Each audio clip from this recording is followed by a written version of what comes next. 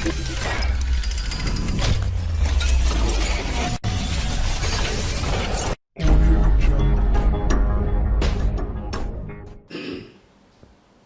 téléspectateurs de Malick Ounafouni TV et chers auditeurs de la web radio Malick Ounafouni, aujourd'hui dans le cadre de Mali Débat, nous sommes en face d'une personnalité et pas de moindre. Il s'agit de Mamadou Lamine Siby, en politique, analyste bien sûr, et président d'un parti politique, le Front populaire et républicain, en abréviation FPRR. La devise de ce parti politique, c'est Espoir, un Mali libre bien sûr, indépendant, démocratique et prospère. Monsieur Siby, bonjour. Bonjour. Monsieur Siby, aujourd'hui nous allons essayer d'apporter notre analyse sur la situation socio-politique de notre pays qui aujourd'hui est en ébullition. Et nous allons voir avec vous quelles sont peut-être les causes de la genèse de cette crise, également la jeunesse, la place de la jeunesse dans la vie politique de ce pays, éventuellement voir quels sont les points de sortie de crise et les solutions de sortie de crise que vous mijoutez et vous proposez. Mais avant de commencer, M. Siby, qui est M. Siby pour nos téléspectateurs et auditeurs? Très bien. Déjà, vous remercier pour l'opportunité qui m'est faite de m'exprimer encore une fois à travers Malick Ounafouni pour atteindre cette opinion que nous voulons tant informer sur nos idées, nos principes, notre volonté de voir un Mali, vous l'avez dit tout de suite, libre, indépendant, démocratique et prospère. Siby, à l'état civil, moi je m'appelle Mamadou Lamine Siby. Ma profession, je suis conseiller des affaires étrangères. Je suis, au-delà de tout ça, homme politique, président du parti Front populaire républicain. Je crois que je peux m'introduire en ces termes. Très belle introduction, belle présentation. Il faut savoir le lien entre ce brillant jeune, ce cadre qui s'est converti en politique. Quelle a été vos motivations pour en fait embraser la scène politique? Excellente question. Vous savez, le déclic, il est venu en 2012. Peut-être nul besoin de rappeler ce qui nous est arrivé en 2012. Donc à partir de 2012, des événements de 2012, quand on a vu notre État en train de plonger droit dans l'abîme, ça nous a, je crois, comme des millions de Maliens, évidemment interpellés. Et cette interpellation a eu des conséquences, c'est-à-dire la création du Front populaire républicain. Pour faire quoi? Pour porter des idées nouvelles, une nouvelle façon de faire de la politique, une nouvelle manière de porter l'action politique. Pour qui? Pour le Mali, les Maliennes et les Maliens. Donc ce sont les durs événements qui ont commencé en 2012 qui nous ont amenés à nous dire que, à l'allure où vont les choses, si nous ne nous engagions pas en politique pour montrer du neuf au peuple malien, sinon tout simplement pour faire autrement, être sincère avec nous-mêmes, être sincère avec notre pays, on tend vers un lendemain incertain. Donc il serait assez culpabilisant pour nous que de rester sans rien faire pour évidemment assister à ce jour malheureux que je ne souhaite pas, mais qui pourrait advenir. Donc voici un peu pourquoi nous avons décidé de nous engager en politique. Il s'agit de porter un combat, le combat de la reconfiguration de la classe politique, pour ensuite jeter les bases d'un nouveau Mali à travers une refondation nationale. avec une nouvelle génération d'hommes politiques de ce pays-là. Donc voici, ce sont les difficultés qu'on a constatées, les difficultés de notre pays, la menace existentielle qui plane sur notre destin commun, qui nous a évidemment interpellés et nous nous sommes décidés à nous engager. La cause, elle est palpable, la motivation, elle est noble et une réconfiguration de la classe politique avec une nouvelle génération, nous allons en parler. Mais avant d'y arriver, nous savons que vraiment la crise, elle est très très lointaine depuis les indépendances jusqu'à nos jours. Nous avons connu pas mal de mouvements. Mais vous avez parlé de 2012. Mais peut-on réellement savoir quels sont les germes, qu'est-ce qui a vraiment été le déclic de tous ces mouvements de soulèvement, de contestation, de protestation qui sont en train de contribuer au pourrissement de la scène sociopolitique? Excellente question. Vous savez, très peu de gens, sciemment ou inconsciemment, prennent pour point de départ 2012, nos problèmes. Mais en réalité, tout ce qui nous arrive a ses origines encore plus loin.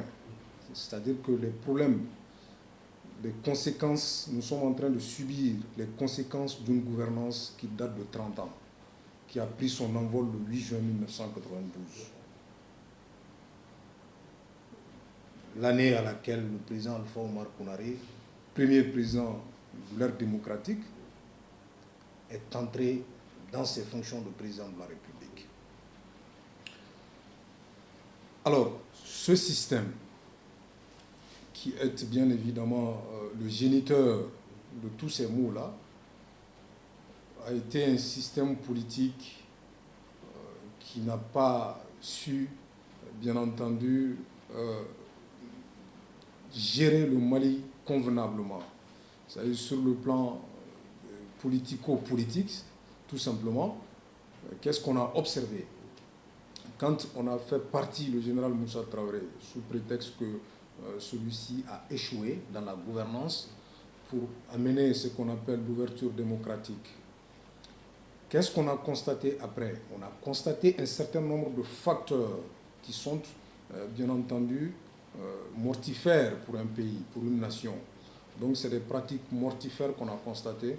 Le point de départ, ça a été les élections de 1992. Il y a eu la présidentielle, les élections municipales, législatives. Donc au cours de ces élections, qu'est-ce qu'on a constaté?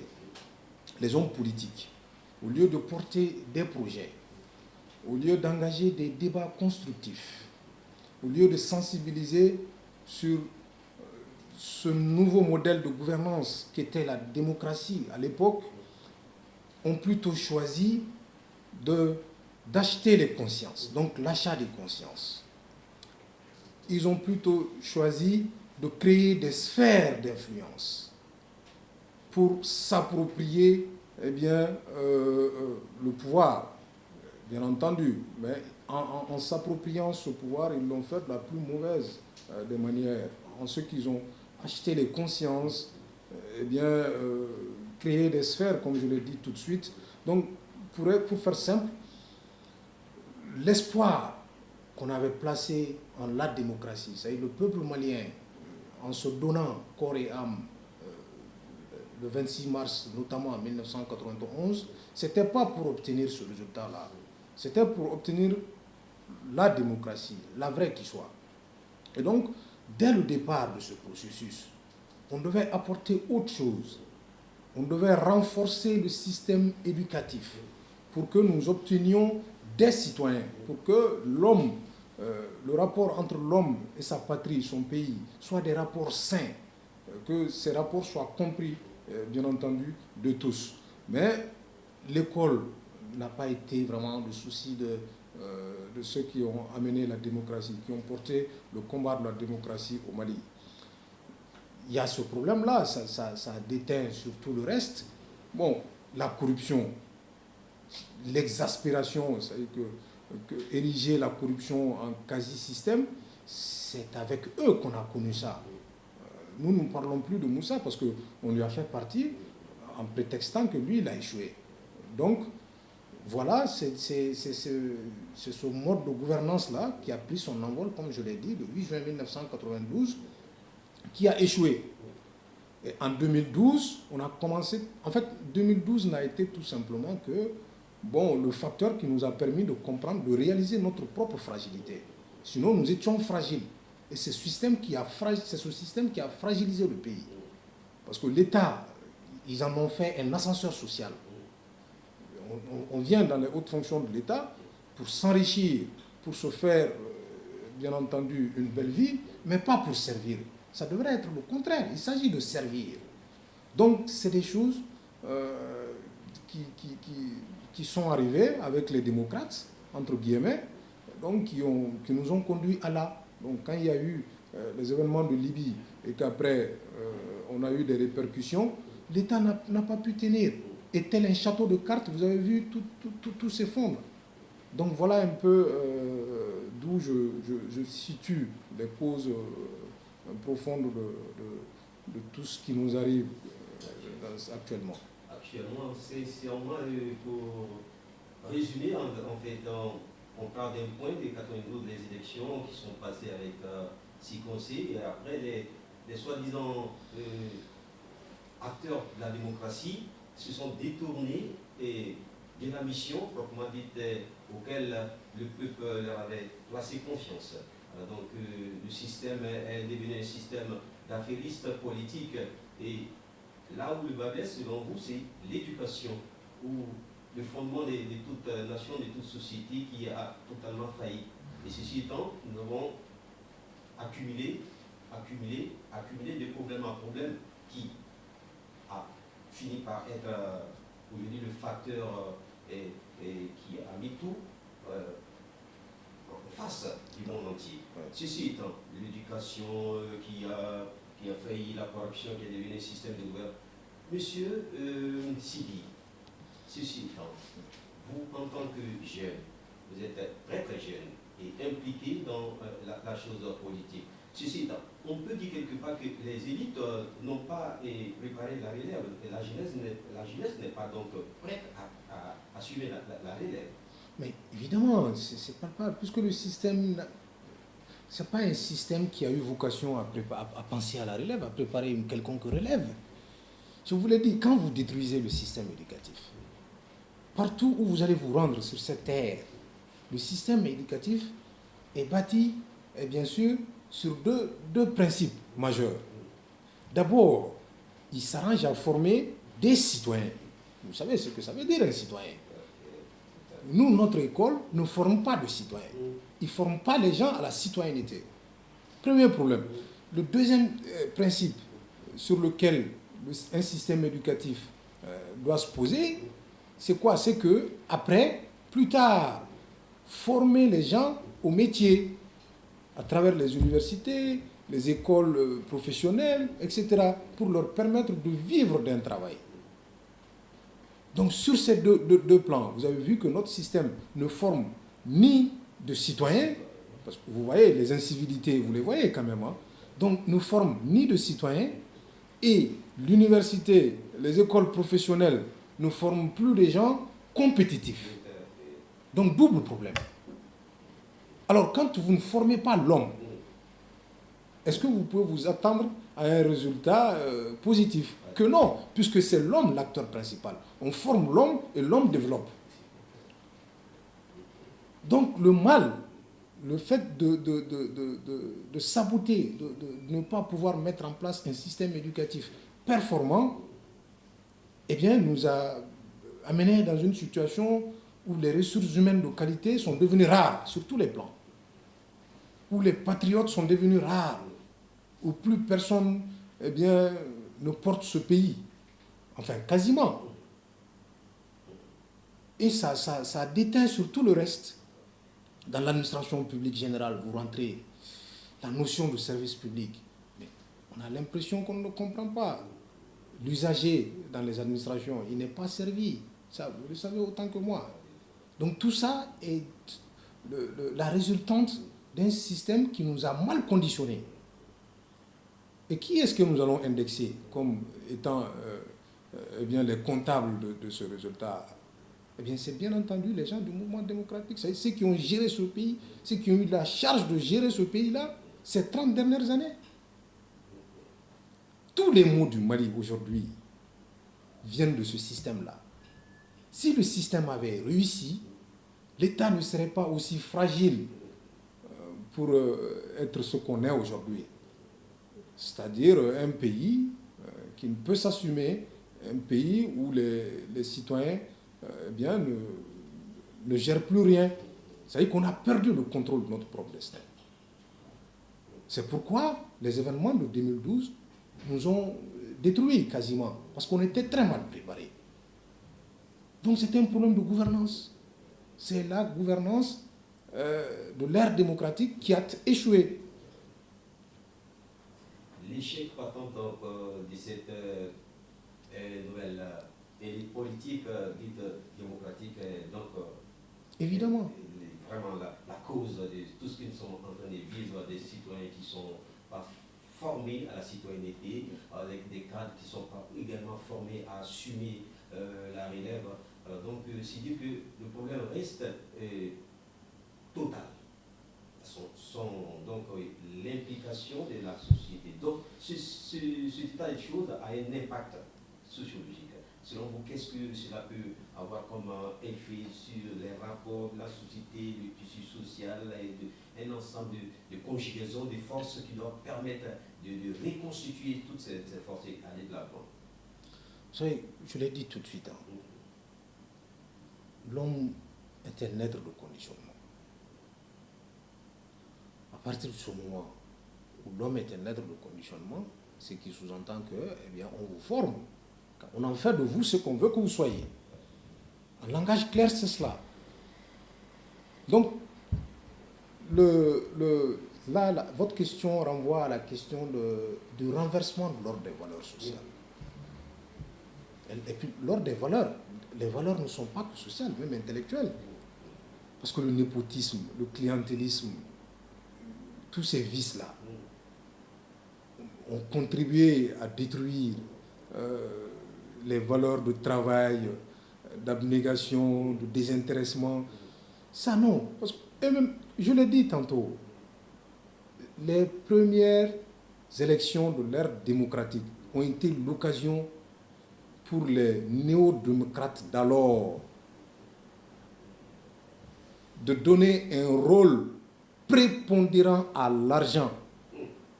C'est à partir de là que on a compris. Les Maliens, ils ont donné cette impression aux Maliens que c'est avec l'argent, eh bien, que tout se règle. Parce qu'ils ont pris le pouvoir avec de l'argent en 1992. Et ça a continué. En 1997, c'était ça. C'était des gadgets, des t-shirts et tout ça là. Bon. Donc on a finalement quelque chose qui venait juste d'arriver, c'est-à-dire la démocratie. Si vous présentez les choses de façon débridée, vous voyez, vous créez des problèmes. Et donc nous sommes dans cette situation-là où nos valeurs ancestrales, n'en parlons même plus. C'est-à-dire que les valeurs humanistes, tout simplement, ou les valeurs universelles, si vous voulez bien. Parce que le travail, autant il est une valeur en Chine, autant il l'est aux États-Unis. C'est une valeur universelle. Mais vous prenez la société malienne aujourd'hui. Mais le travail ne paye plus. Notre jeunesse est dans l'attentisme le plus clair de son temps.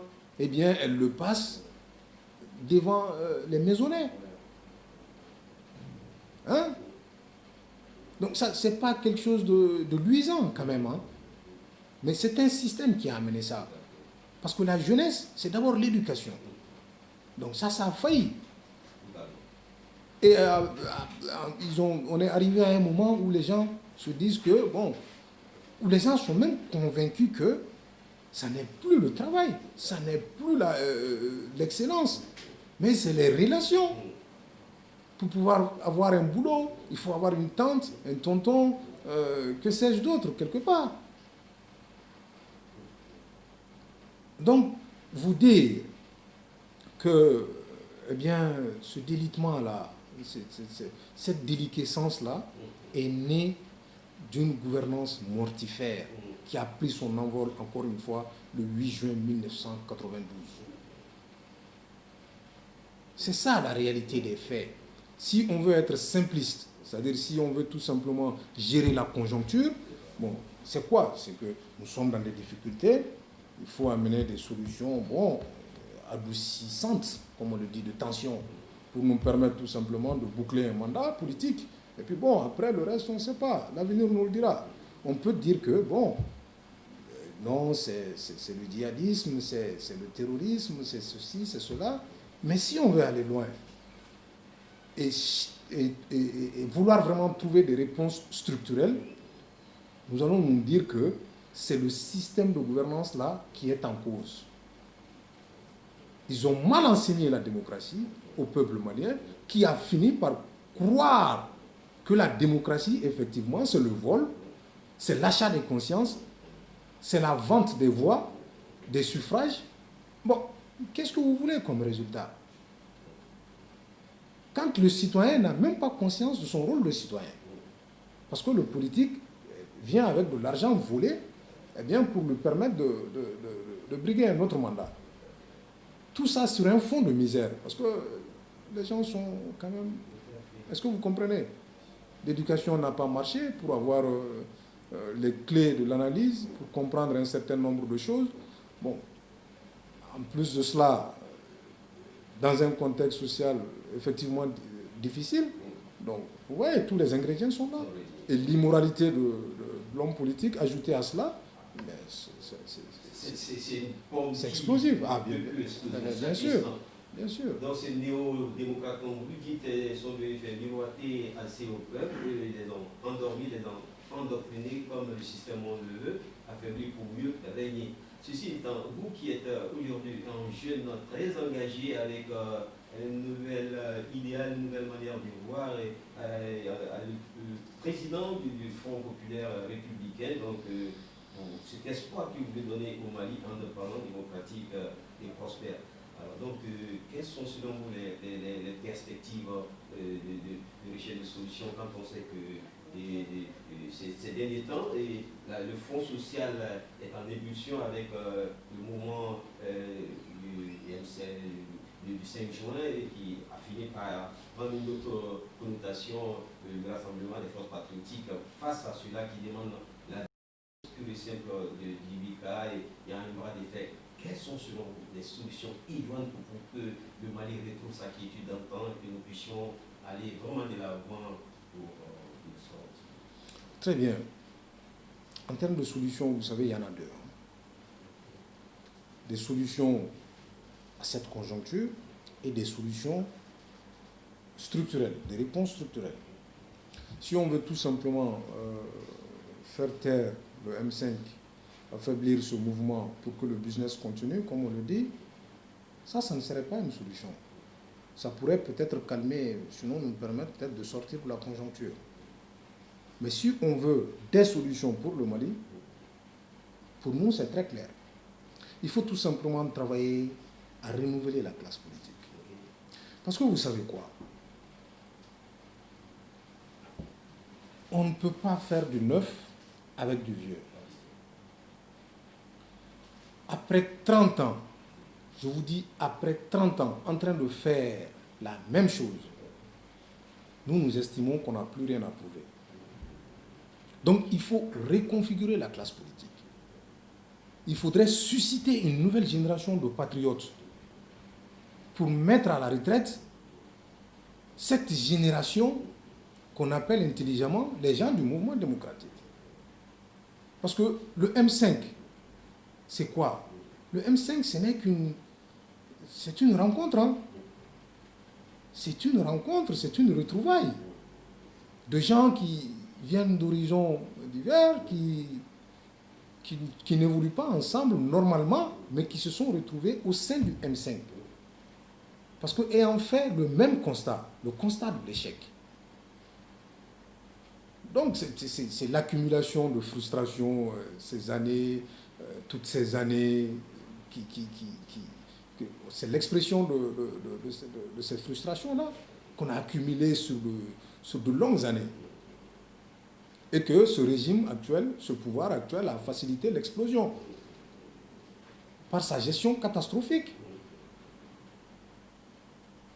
C'est comme ce pouvoir a été le détonateur en fait. Est-ce que vous comprenez un peu? Donc en termes de solution, si on veut sortir le Mali du gouffre, le remettre sur les rails, on ne va pas le faire avec cette génération d'hommes politiques qui nous tient actuellement, qui nous tiennent d'ailleurs depuis 30 ans.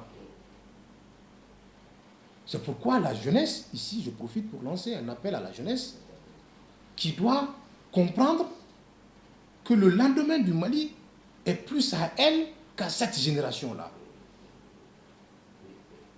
C'est la jeunesse malienne qui a tout à perdre. Parce qu'eux déjà, ils ont fait 30 ans de carrière politique.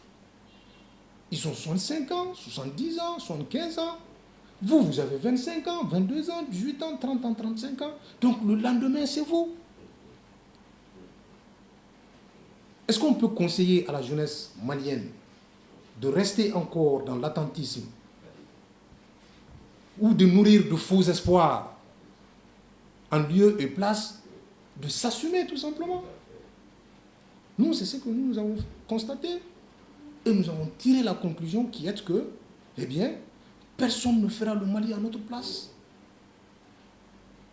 Et puisqu'on a pratiqué ces hommes et ces femmes du mouvement démocratique pendant 30 ans, et nous sommes face à ce bilan, et s'ils veulent contester ce bilan, ou bien s'ils veulent justifier leur permanence sur la scène politique, eh bien qu'ils viennent qu'on évalue ce bilan.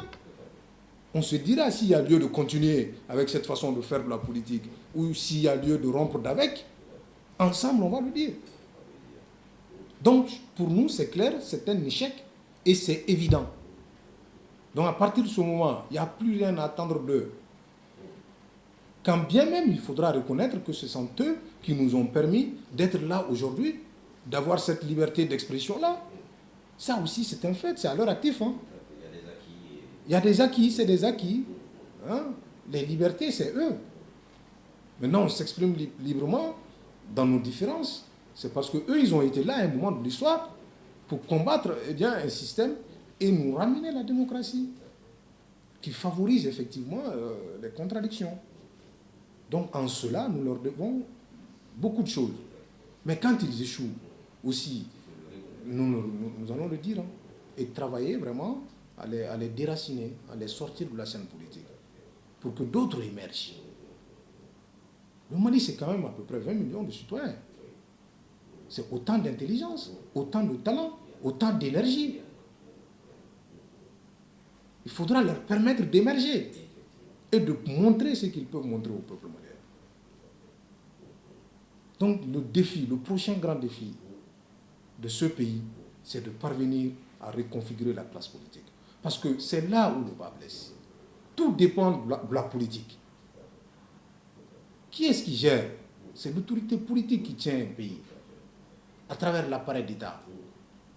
Si la politique échoue, eh bien, tel est un effet domino. Vous comprenez? Tout le reste... Non, exactement. C'est cela. Tout le reste va échouer. Et c'est ce qui est arrivé au Mali. L'homme politique ne fait plus rêver. On a dénaturé tout. Et donc maintenant, nous sommes dans cette billeboard, dans ce désordre ambiant-là, eh bien, qui va finir, si l'on y prenait garde, eh bien, par nous emporter. Parce qu'il y a des nations qui ont disparu quand même. Parce que la vie, c'est ça. Si vous ne parvenez pas, à exister, à continuer, à sauver ce qui est encore, eh bien, vous disparaissez. Hein. Vous disparaissez. Et Dieu nous en garde. C'est cela. Le renouvellement de la classe politique s'avère une des solutions sine qua non pour régler la crise sociopolitique et répartir de bonnes bases. Et comme vous l'avez si bien dit, cela suscite et nécessite vraiment que la jeunesse soit éduquée, formée, que la jeunesse ait une autre vision de la politique. Certes, un problème posé, il y a des causes endogènes, il y a des causes exogènes parfois qu'il faut savoir et jubiler de part et d'autre. Chacun de nous est donc comptable de ce qui nous arrive. M. Sidi, nous sommes pratiquement à la fin de cet entretien. Et si M. Sidi a vraiment encore un dernier message très fort à l'endroit des hommes politiques et à l'endroit de la société elle-même, pour qu'enfin nous puissions harmoniser et que nous puissions avoir les mêmes cordes pour un Mali uni, debout et prospère. Très bien. Ce message, il sera quoi? C'est un message qui s'adresse d'abord à ceux qui nous ont conduits à l'art, ceux qui ont porté le combat de la démocratie. Leur dire que nous leur sommes reconnaissants en ce que si le Front populaire républicain existe aujourd'hui, c'est parce qu'eux, ils ont accepté de combattre à un moment de l'histoire. Mais aujourd'hui, force est de constater que la gouvernance de ces 30 dernières années, cette gouvernance qui est leur gouvernance, a échoué. Et qu'eux, ils sont à 30 ans de pratique politique dans ce pays. Cet échec est plus leur échec que le nôtre. En cela, nous leur demandons de continuer à aimer ce pays comme ils l'aimaient dans les années 80, fin des années 80, début des années 90. Cet amour patriotique, ce patriotisme qui leur a permis de combattre le régime du général Moussa Traoré, qu'ils renouent avec ce patriotisme-là et qu'ils commencent à penser à la relève. Parce que d'un moment ou d'une autre, d'une manière ou d'une autre, il va falloir poser la question de la relève. Nul n'est éternel, mais les nations en revanche le sont. C'est cet appel que je voudrais adresser à nos aînés, les gens du mouvement démocratique, comme on les appelle. Ça, c'est leur appel. Mais maintenant, le deuxième appel, c'est à l'endroit de la jeunesse malienne, le futur du Mali. Je vous invite à sortir de l'attentisme, à être proactif. Quand on est jeune, on a tout à perdre. Parce que le lendemain, ça nous appartient. Le Mali est plus à la jeunesse qu'à ceux-là qui nous tiennent aujourd'hui. Ça, c'est un fait. Donc, sortez de l'attentisme. Prenez vos courages à deux mains. Que l'on se retrouve pour porter cette nouvelle vision. Nous avons pour objectif la refondation nationale. Mais seulement, il y a un préalable. Il faudra d'abord réussir à faire partir les gens du mouvement démocratique. C'est-à-dire ceux qui nous ont conduits à l'art, de par leur gestion catastrophique du pays, pour que nous nous retrouvions pour mettre en œuvre le plan de refondation nationale. Ce ne sont pas les énergies qui manqueront, ce ne sont pas les intelligences qui manqueront, ce ne sont pas les volontés qui manqueront. Donc c'était un appel, ce dernier appel était bien entendu pour la jeunesse malienne. Et j'espère que, eh bien, que ce soit les gens du mouvement démocratique vers qui le premier appel est dirigé, que ce soit la jeunesse malienne. Tous auront compris que c'est l'heure du sursaut national. Je vous remercie. Merci, M. Sidi, d'avoir été aussi très objectif dans vos analyses. C'est moi qui vous remercie. Chers téléspectateurs de Malicounafoni TV. Et peut-être une dernière chose, oui, vous remercier pour le déplacement. Merci. Vous encourager davantage à persévérer dans ce que vous faites. C'est un bon boulot, parce que la presse, je l'ai dit tantôt, c'est le pilier central du système. Vous êtes l'interface entre les porteurs d'idées, sinon les hommes politiques tout simplement, les leaders et l'opinion. Donc vous jouez un rôle central dans le système démocratique. Quand vous allez faiblir, je vous dis que le système faiblira également. Mais lorsque la presse va mieux se porter, c'est le système qui se portera mieux. Il sera assaini et tout le monde aura son compte. Donc je vous remercie et je vous encourage. À travers nous, je pense que c'est tout le monde, la presse des médias, qui est donc salué à travers ce message de M. Mohamed Amin Sidi, qui est un des conseillers au ministère des Affaires étrangères et tout d'abord un analyste politique et actuellement il est le président du Front populaire républicain qui a un jeune parti politique avec pour devise espoir pour un Mali indépendant, démocratique et patriotique. Avec lui, nous avons fait vraiment le tour des tables de l'actualité sociopolitique et des perspectives pour une sortie de crise. Merci une fois de plus à M. Sidi. Merci beaucoup. À nos auditeurs de la web radio et de la Malikounafoni TV, une fois de plus, merci d'avoir été très nombreux à l'écoute de cette grande émission débat du Mali. Merci. Merci beaucoup. C'était comment? Je ne sais pas. Merci.